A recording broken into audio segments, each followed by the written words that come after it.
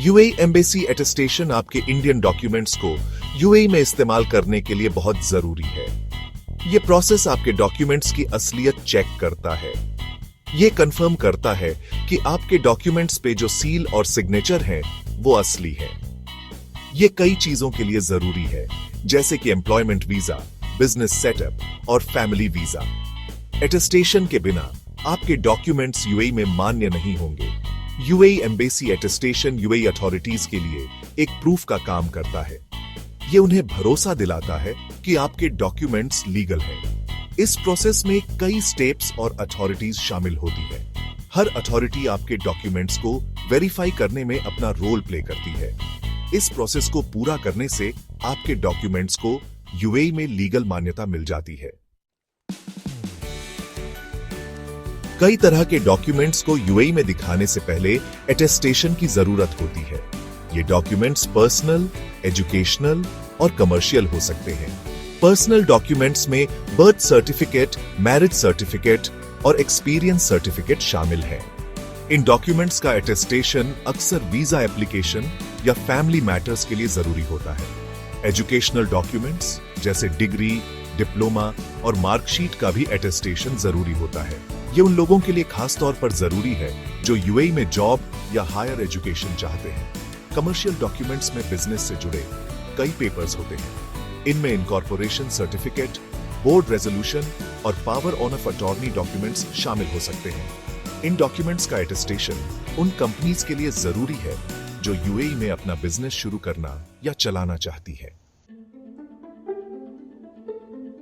UAE embassy attestation process में कई steps होते हैं। ये लोकल नोटरी से नोटराइजेशन से शुरू होता है।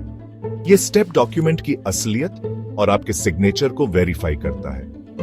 अगला स्टेप स्टेट होम डिपार्टमेंट या ह्यूमन रिसोर्स डिपार्टमेंट से अटेस्टेशन होता है। ये स्टेप डॉक्यूमेंट के टाइप के हिसाब से अलग अलग होता है। स्टेट अटेस्टेशन के बाद डॉक्यूमेंट इंडिया के मिनिस्ट्री ऑफ एक्सटर्नल अफेयर्स जाता है। Ministry of external affairs India में आखिरी अथॉरिटी है जो डॉक्यूमेंट को अटेस्ट करती है। आखिर में अटेस्टेड डॉक्यूमेंट यूएई एम्बेसी या कॉन्सुलेट में यूएई अटेस्टेशन के लिए सबमिट किया जाता है। यह अटेस्टेशन प्रोसेस का आखिरी स्टेप है। सेक्शन 4 समय कीमती है। अटेस्टेशन में लगने वाला समय। यूएई एम्बेसी अटेस्टेशन में लगने वाला समय अलग अलग हो सकता है। यह डॉक्यूमेंट के टाइप और प्रोसेस पर निर्भर करता है। आमतौर पर नॉर्मल प्रोसेसिंग टाइम 10 से 15 दिन तक हो सकता है, लेकिन अर्जेंट प्रोसेसिंग भी उपलब्ध है। अर्जेंट प्रोसेसिंग से समय काफी कम हो सकता है। यह ध्यान रखना जरूरी है कि यह लगभग समय है। असली समय अथॉरिटीज के वर्कलोड और अनफोर्सीन परिस्थितियों के हिसाब से बदल सकता है। अटेस्टेशन के लिए पहले से प्लानिंग और अप्लाई करना हमेशा अच्छा होता है। सेक्शन 5 यूएई एम्बेसी अटेस्टेशन का खर्चा समझना। यूएई एम्बेसी अटेस्टेशन का चार्ज डॉक्यूमेंट के टाइप के हिसाब से अलग अलग होता है।